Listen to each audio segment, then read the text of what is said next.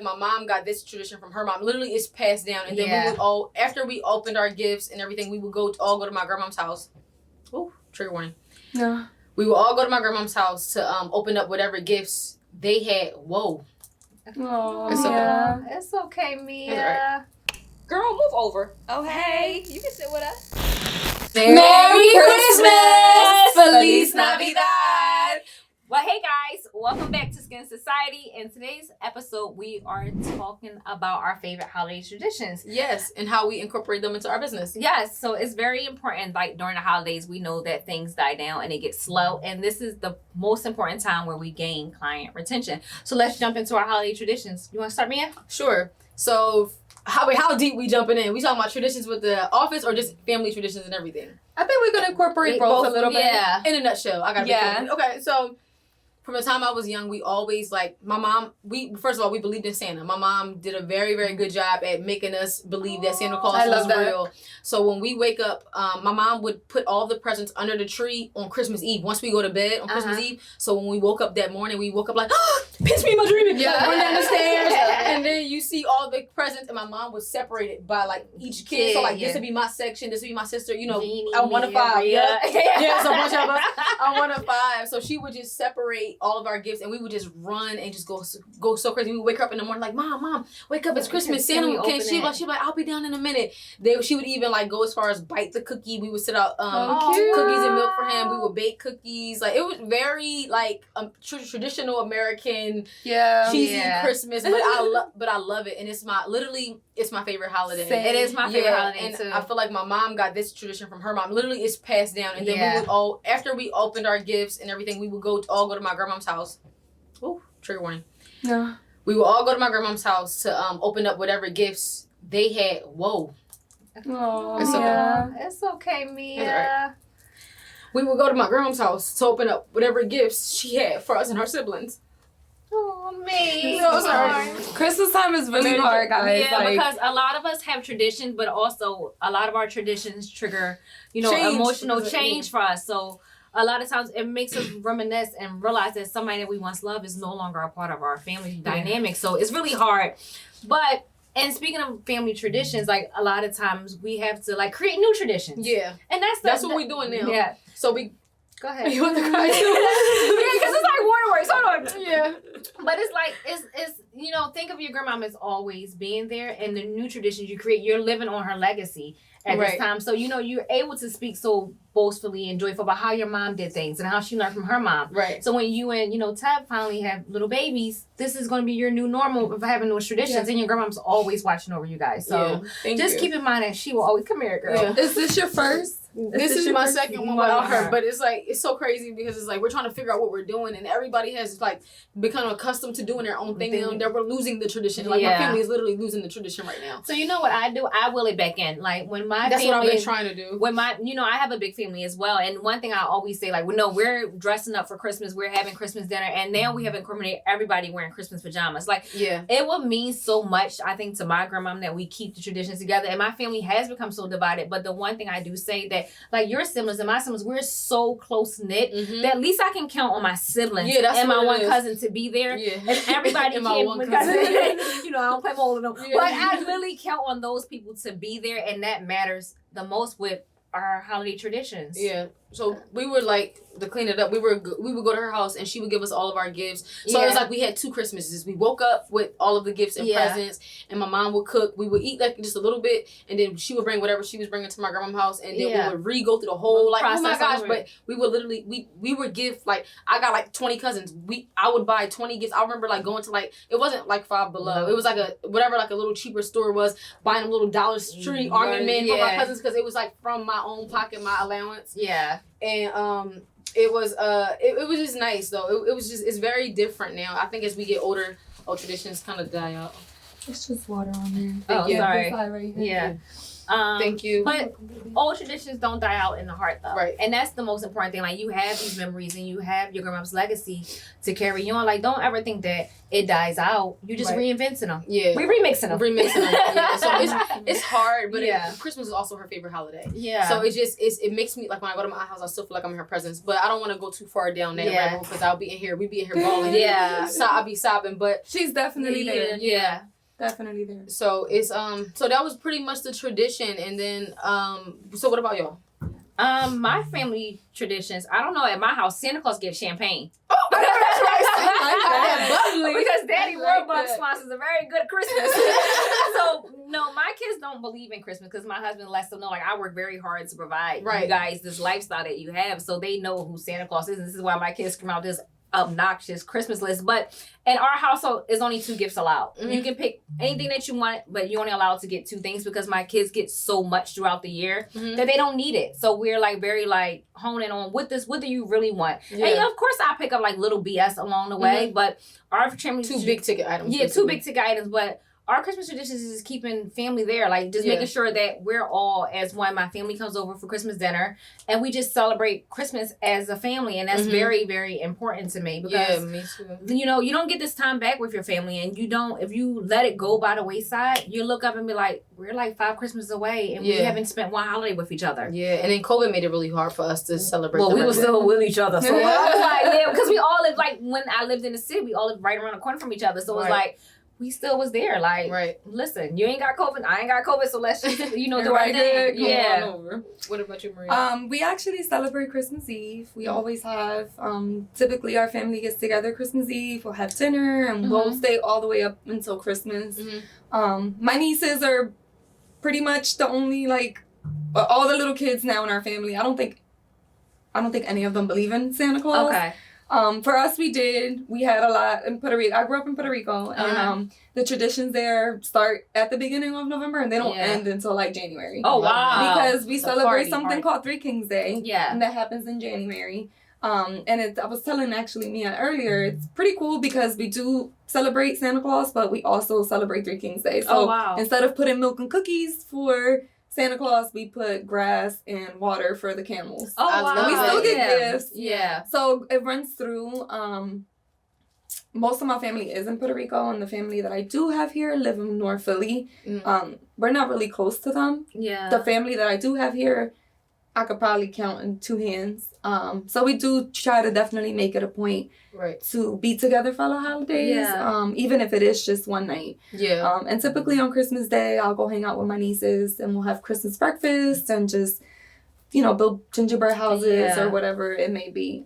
But they also don't believe in Santa Claus, which is cute because I feel like we did it for a while, and then I think once we get like the double digits, my mom like, okay, come help me do this for your little brother and sister. Yeah. So, but like it was so fun believing because I'm like, ooh, because my dad, like when he was a kid, he was bad. My grandma actually gave him a box of coal. Oh yeah, I got that snowman poop. I got snowman poop 1 year. Like the naughty and nice, and so like I think it just makes it so fun, like when you believe a little bit. But as you get older, my brother, Jeannie, he's like, that's why Santa Claus is not real. I'm like, well, that's the same thing. My kids, Ty told Jade, was like, Santa Claus is not real. And then she wrote 1 year, Santa Claus, I know you're not real. And I was like, oh, this is done with. Like, real quick. Yeah. Heartbroken. So how do you guys incorporate a little bit into your business? Like, do you put up a Christmas tree? Obviously, Mia does. So for me, I think I told you guys, this is the first year I actually am celebrating Christmas in my space. Oh, wow. 85% of my clients are Islamic. So I tend to go more to where the Eid comes, and I try to celebrate that tradition with them. But I feel like every year I'm leaving out a piece of me and a piece of my holiday and the one that I like the most. So this is going to be the first year I'm incorporating Christmas. I'm excited for you. I feel like I celebrate y'all all the time. I even do like little, a lot of people thought I was Muslim because I do like a lot of Islamic posts when the Eid comes. I do a lot of countdowns. I do a lot of specials when they have their holiday. But I negate my holiday, and my clients who the 15% that is Catholic or religious like me who celebrate Christmas. So this is the first year, and we're doing it big, y'all. Like we're going big. So this is the first year I am celebrating Christmas. I'm excited for you to have that experience because it's nothing like the cheerful Christmas joy. Yeah, I agree. The Christmas music, I go all in, girl. Yes. What about you, Maria? How do you I my clients know it'll look like Christmas threw up in my studio. I'll be rocking this hat throughout. Yeah. I just love Christmas time. I love the music. I love everything about it. I have amazing memories growing up in Puerto Rico and just, you know, Christmas carols and just it's definitely the best time. It's a hard time, right? Because of the people that are no longer here. Yeah.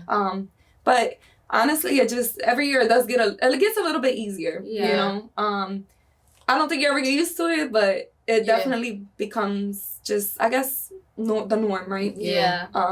But I think just keeping the tradition going and making new traditions are very important. Yeah. To kind of move forward, especially as you create your own families. Like, yeah, it's very important. Like, especially, you know, you don't live with your mom no more, and your mom, you know, it's very important that you create your own traditions and create your own memories. So it's something that you can pass on. I know you guys are dog moms now, but when you guys, you know, you might. Oh yeah, my kids get gifts. Yeah, Brox get gifts. You know, when Brox has his own family, you know, you become a grandparent. You start those. I was gonna say she is a grandparent. Congratulations, grandma. Granddog. But as you know, you do have kids of your own. It's very important you set your own traditions, and you know what you want Christmas to look like in your household for your kids. Right. So for me here, I'm a giver, so I love to give, right? Yeah. So I think we all talked about this, but they don't know. So we're doing different specials and gift giving for our clients. I incorporate that, and then it's so crazy because I feel like even my Muslim clients they would still take a gift. I'm pretty sure they would take a gift, but I think for me, I try to be a little bit more conscious and respectful. Like, I don't play Christmas music if I know I have a Muslim client coming in, but if I know somebody that's coming in after them, I will put on like a Christmas song. Right. But I try to be as much as respectful as I possibly can be. Like, I don't tell them Merry Christmas. I don't text them Merry Christmas. I don't send out Christmas blasts. Right. I don't. Sorry. Happy holidays. Yeah, happy holidays. Yeah. For my email blasts, definitely want to say happy holidays. Yeah. They might see me in a picture or like a I might do like it's holiday photo neutral. Okay. Yeah. Like maybe not like Christmas tree, but just holiday. Yeah. And I think that's a good point to kind of lead into, you know, client retention. And I think that is a good way to keep your clients coming back, right? Because you are mindful of that. You are respectful of that.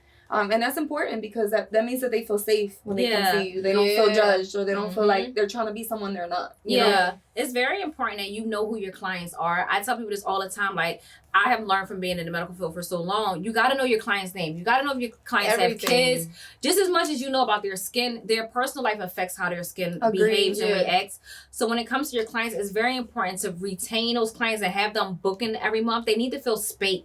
Space. They need to feel safe in your space. Yeah. So they need to know, like, when I'm coming to see me or I'm coming to see Maria, I'm getting more than just a facial. I'm getting a friend. I'm getting somebody I can confide in. Some people just come to me because they need therapy. Literally. They're like, girl, I just want to talk. Let me tell you what happened. Yeah. I don't think any of us signed up to be therapists, but that's almost what you become. Like, you become a therapist. But I think as an esthetician, right, part of being an esthetician, and I think that's why I think it's safe to say that it attracted all of us to the industry. As estheticians, we are called to be healers, right? Yeah. Mm-hmm. Not just of the skin, but mentally, physically, like it all, you know, intertwines.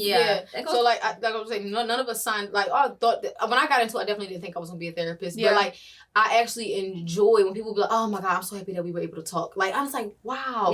So I think those, like you said, like just those personable, like being relatable, being an open ear, not judging, things like that is what gets people through the door, and also referring people. That's how we get that client retention. But that's the whole thing when I was thinking of a name in school, because a lot of people come to me for advice. And skin therapy, your name. I really do, like, people don't listen, but I really do give great advice. Like, I really do, like, when you're coming to me and I'm like, I don't really try to tell my clients not to do something. I try to, like, teach them why they doing it, because I always think that it's a bigger message for why things happen in your life. I never look at things as being a discernment, or I never look at things as being, it's a failure in life. I always think no matter what I go through, God is trying to teach me something. Right. And I always have a firm belief He's sending me a message before He sends me a lesson. Hello? Ooh, I like that. I always tell people, like, as being like their esthetician, listen to what they're going through. I tell them, don't ever look at life as, you know, you're getting a glass that's not empty, that's not full. You're getting a glass that where God wants you to see clearly through. Yeah, ooh. And when He wants the gems, I give great advice. Yeah, preaching. And when He wants you to see at a perfect view, your glass will be full and crystal clear. Come on. So I think that a lot of times clients need to know, like, when you say something to them, it's not being carried throughout your fear, because you got to think, I might see your cousin. Mm-hmm. Your cousin is your cousin. Mm-hmm. Your cousin is now my cousin. Right. And now the family business is being spread back through everybody. Mm-hmm. They need to know, like, when you come to me, when we kiki, we talk. When we leave, what happens in Vegas stays in Vegas. Yeah, that's the biggest thing. That's right. Yeah. Key and very important. And it's a judgment-free zone, right? Yeah. Like, a lot of clients will come in and they'll be like, "Oh, I'm embarrassed," or like, "I want to share something, but I don't know how." And it's like, I tell all my clients from jump, like, this is a judgment-free zone. Yeah. Like, I don't you care. You said to me earlier in the car. Yeah, like, Messi said, girl, this is a judgment-free zone. Yeah. Because life be lifing. Life period. Lifing. And I tell people all the time, like, when they come to me and they want to talk about their man, they want to dog him out, I'm like, yeah, girl, let's key his car right now. What you gotta do? No, and then another thing I think that helps with client retention is being relatable, right? So like with my clients, I can tell if they're self-conscious about something. Yeah. So like most thing that people are self-conscious about outside of their acne is like their scarring or hair, and I'm like, girl, look at me, I'm hairy too. Yeah. And I'm like when they skin, I'm like, I'm hairy too, or like for somebody who has acne, an acne client, I'm like, look, my skin didn't always look this. I'll show them my acne pictures. I feel like once they feel like, oh, she gets it, that's it. Like I said, that's what keeps them. But that's very important because it lets people know. I think sometimes a lot of people confuse empathy. Mm. A lot of people don't have empathy for other people. Right. And people can read empathy when you're like, I get it, like you're going through something, and if you need to cry, I'll start crying with you. Okay. Like, because it's waterworks, because I get how life can really kick your ass and you feel like you have nobody to turn to. A lot of times some people can't talk to nobody at all. Right. Like I have had, people come to me and no one knew that they were pregnant but me and them. Yeah. And I'm like, damn girl, like, what you gonna do? What we gonna do? And they go like, what you think I should do? And I'm like, let's wait out to next appointment. Yeah.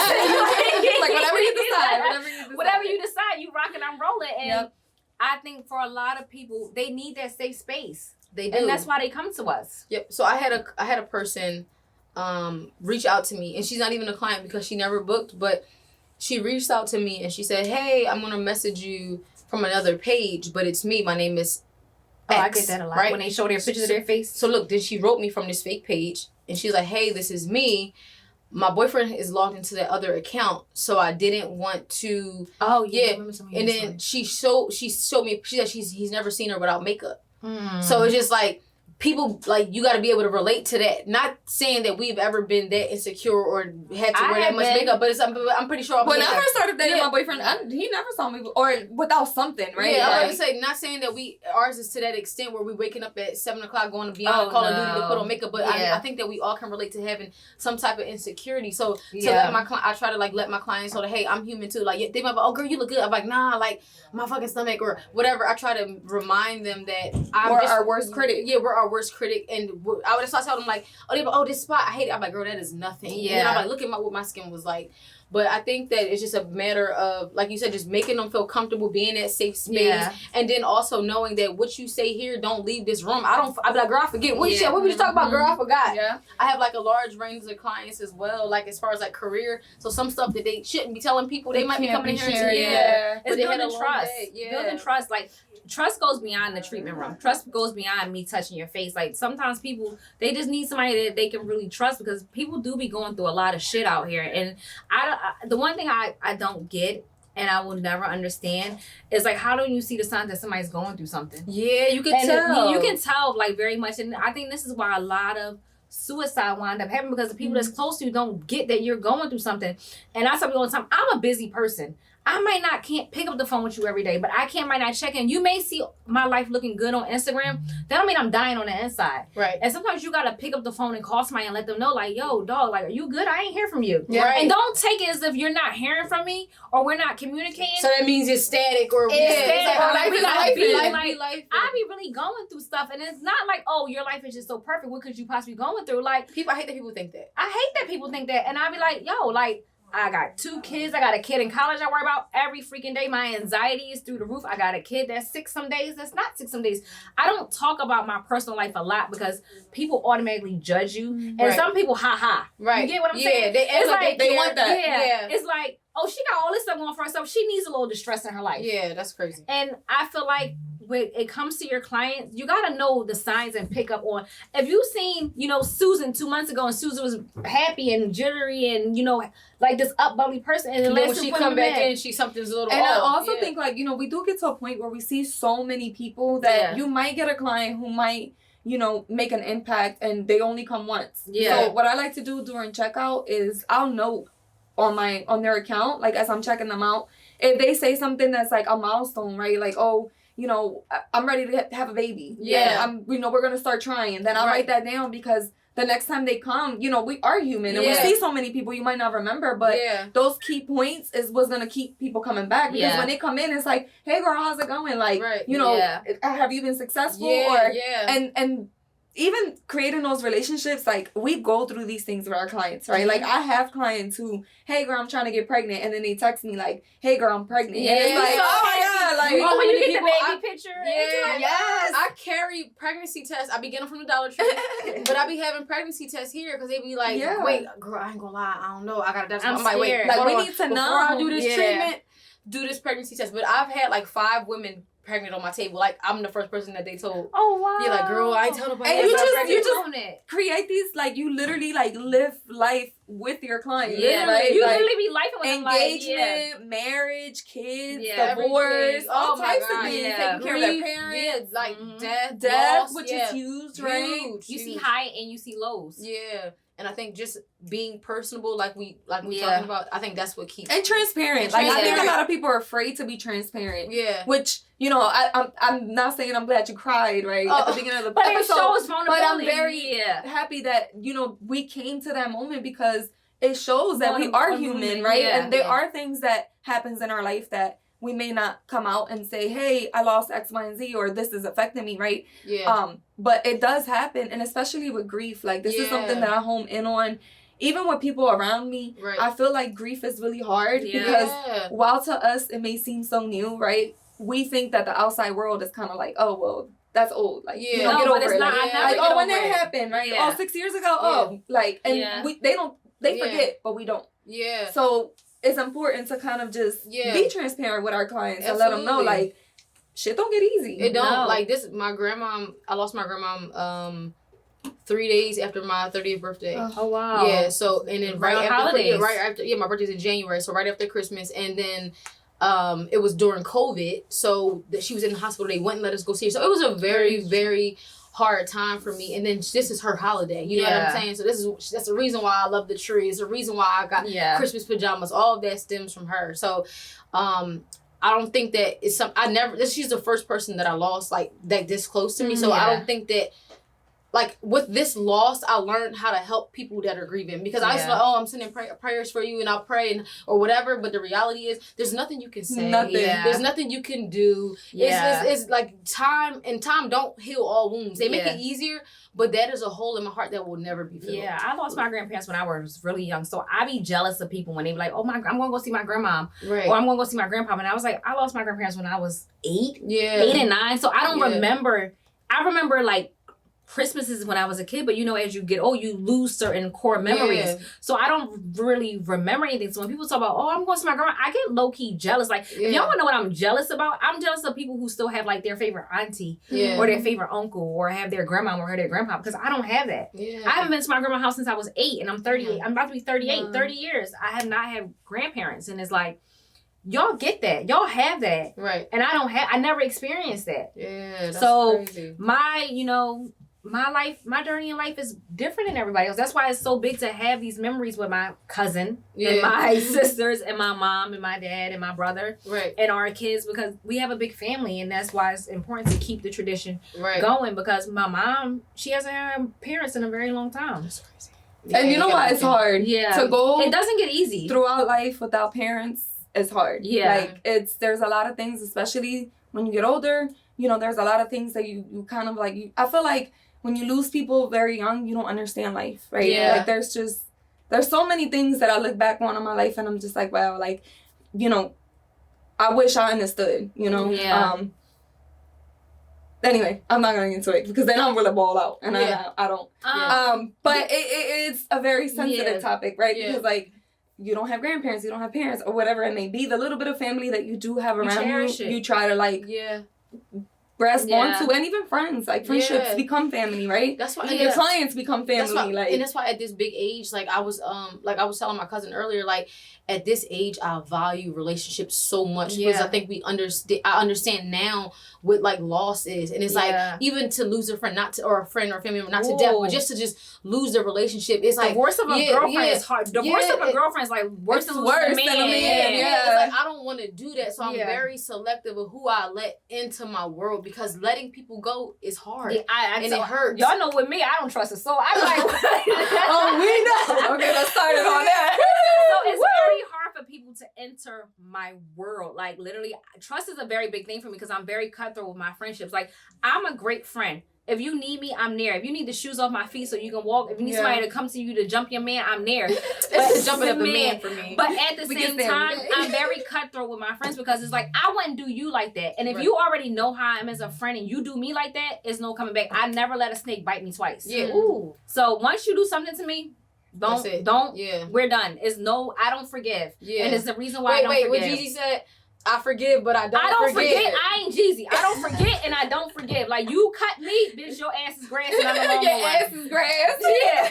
You're dead to me. But I'm telling you this because I love you.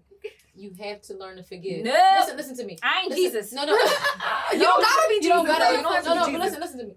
Not for them. Oh, I give from my heart because I don't have to let them. You don't even gotta let them know that you forgive. Give me a hand because this is serious. You don't even gotta let them know that you forgive them. But in order for peace in your heart, because you don't even realize that it affects you. I thought that I didn't forgive. I thought that was like, oh, fuck her. I don't hold malice in my heart to you. Like I could walk in the room and still speak to you. I just don't fuck with you. So it's okay to not to fuck with them, but you don't hold on to that animosity or that hurt or whatever. I ain't that mature yet, Mia. You have to hit me when I turn 40. Damn, I ain't that mature yet. She forgiveness. Forgiveness. Yes. When I learned, I was like, it was like a new freedom. Because I'm a Capricorn, I'm stubborn. So I used to be like, I'm a crazy. Okay, watch this. You think you cold? I'm gonna show you ice cold. But that's not something. I don't even identify with who that person is that I used to be as a kid. Like that's not. I think forgiveness is.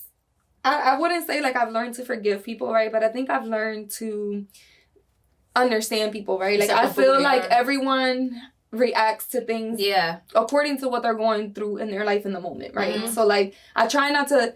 I'm a person who takes a lot of things personally, so I try to be conscious of not taking things personally, and I kind of try to put myself in their shoes and see things from their perspective, right? Okay. Like there may have been something in their life that, may have been happening at the time, and it may have not caused them to be a good person, right? And I've just got caught in the crossfire.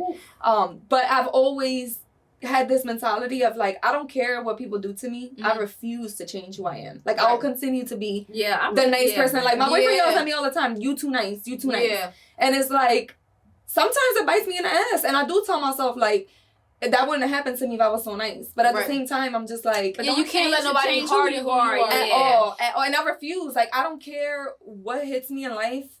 I refuse to turn Be a good person. Right. Yeah. Be a good person. What I'm saying. Be a good person for me too. Because I got you for me. I feel like because we radiate whatever we get, we put out into the world, we give back. So, and that's what our clients feel. Yeah. And how about that? Yeah. So for me, I used to get very distant. Like if I didn't like something or something was weird, I won't even tell you. I'll just cut you off. But now I feel not that I have to explain myself, but I feel like I need to let you know, and then I need to forgive you, and then I need to move on. I'm okay once I forgive you, and I get, even if I don't get the chance to have the closure with the friend or the guy or whatever, I need to decompress. I need to go to it with a fine tooth comb, and then I also do a lot of mirror work and self work. I need to know like, okay, how could have been better in this situation? And when I learned to, and honestly, this is all new to me. Like this is all like post COVID, because COVID taught us a lot about ourselves, right? Yeah. So it took me to do that. Dark. Yeah, it was dark, and then doing that inner child work and just like the mirror work, looking at myself and like, how do I make other people feel? Not that I ever had like any bad friendship fallouts or nothing like that, but just. I take I used to take role too. And I take stuff personally. So somebody can do one thing and it don't gotta be about me. But I would take it personal. Yeah. And then I would hold on to that anger or that resentment or the animosity towards them, like, I know you're fake, but the reality is it don't got nothing to do with you. With somebody so going crazy. Through. The Four Agreements taught me that, by the way. I love how we're very different. That's a very good book. And this is crazy, but as I hear us sit here and talk, I realize how different we are in our personal life versus our business life. Yeah. Like, we have the potential to be, like, beasts. Like, really, like, oh, you got me effed up. But then we have the personality to be like, I'm a humble little pie. Like, I need you. Like, because we do need our clients. And retaining client retention is so important. But also, clients need to know I'm human just like you. Yeah. And what I tell people all the time, yes, I have firm policies. Yes, you got to stand your ground. Yes, you got to be like, I'm not going to tolerate this, and this. But also they have to realize we're machines as well. Like, so we do make mistakes. We're not perfect. No. We're learning. Like, we're a walking textbook. We're learning as time goes on. So as we make our mistakes, give us as much grace as we give y'all. Yeah. Please. And that's what client retention, like, you have to understand, it goes hand in hand. Yeah. So what I give you, I expect you to give it back to me when we're in the treatment room, because I give you the utmost respect. I just would like a little bit more respect as well. Yeah, I feel like I have a good balance. My clients respect me and I respect them. I've only had one bad experience with a client ever. And it wasn't even like nothing crazy. It was just. And then once I checked it, it was just like. No, it was a guy. He was being a creep and he never came back. My husband has a big thing of me not seeing male clients, but he has to understand a lot of my male clients don't come from a random guy off the street. Like, it comes from like her somebody's boyfriend. I never really had a creepy client. I have creepy DMs. I had people like hit me up in a DM, was like, text me and get my number and text me from my business page and write like sexual things. I think I remember you were. And I was like, I took my number off of Instagram and I was just like, no. Yeah. But I never had like a male creepy client. I'm like, just outside of like book an appointment and my damn someone come take it. Boy, bye. But this is why I don't show my face on Instagram. I had went through and took down every picture I had of myself. I took my socials off of my personal page, Polka. I took all of my skincare stuff out because I don't want those people. Like those are people that think I'm cute, hot, sexy, ooh. Like, different perception. Studio, because on my personal page, like, I'm a whole. Y'all be like, is this girl married? Is she a thug? Is she a Christian? So I like to separate the two, but don't get it confused. I'm still the same person, but I just like I have learned how to be a business professional. Exactly. So and for me, I feel like the guy came in here expecting to like get Polka. I don't talk on that page, but it's just a bunch of fly pictures and cute stuff. Yeah. I think that and he got Mrs. Doubtfire. He got Dexter's Laboratory. I'm telling him all about his barrier and like he's like, okay, you educating. Yeah, I feel like I just went to school. You did. Goodbye. Like a lot of people don't realize it's like I'm low key a nerd. Like I can break down the pyramids of Giza to you and why climate change. Like I'm really like a big nerd. Like I love to learn. Like I was telling you all the time. I had a client when I first started. Actually, two of my favorite clients who gifted me what they gifted me the other day. But love that, by the way. When I first started, his wife wanted to, she was interested in skincare, and I remember her telling me that the reason why she came to me was because he told her that when we were in high school, I was a geek and I was smart. So he knew that regardless of what we were gonna do, like what I was doing, you were gonna get the education behind it. Yeah, and that plays a part, right? Because you might look at us and you might not think that. But I agree. I'm a total nerd. Me too. We all are like little geeks. You know it's the most bittersweet thing I've ever done was get LASIK to correct my vision. Yeah. Because the glasses. I don't wear my glasses. I need them. The glasses fit me so well. Geek mode. Yeah. When I put my glasses on, I'm ready to just go get something just to wear for the aesthetics. I should wear glasses. Yeah. But it's like looking at us. It's like who would have thought that these girls is like little scientists, little nerds, and no chemistry and all this other stuff.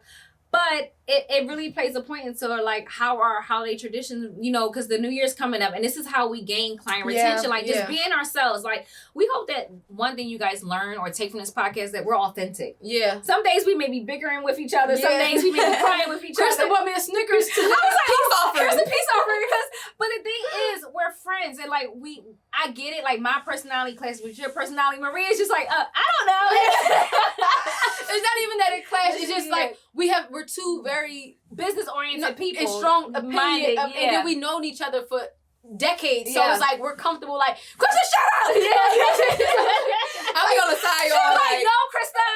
Yeah, and then Krista, because she's so what's it called? You so just blunt and bossy. So she's like, no, I don't think we're doing this. I'm like, no, we need to do this. And also, she's old school, you traditional, and I'm more like new school. Like, no, we need this. Like, we were literally debating about business, which is a beautiful thing. Yeah. So it wasn't nothing bad. It never gets hostile. It's always like, no, but no. Today I brought her a piece off. I was like, here's your Snickers. I drove you crazy last night. Here's the Snickers. But it shows that we are genuine. We are genuine. We care. And this is a sisterhood. And we try to get this message out there. And I think that's where we try to hone in on the most.